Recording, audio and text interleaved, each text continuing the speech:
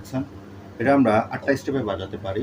সেটা হচ্ছে 1 2 3 4 5 6 7 8। 1 হচ্ছে 6 স্ট্রিং ওপেন ফ্রেট, 2 হচ্ছে 6 স্ট্রিং থার্ড ফ্রেট,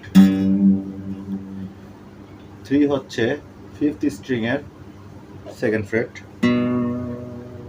তারপরে 4 হচ্ছে 4th স্ট্রিং এর 5th ফ্রেট। এবার 6 হচ্ছে 2 এবং 4 এর হ্যামার অন পুল অফ আছে।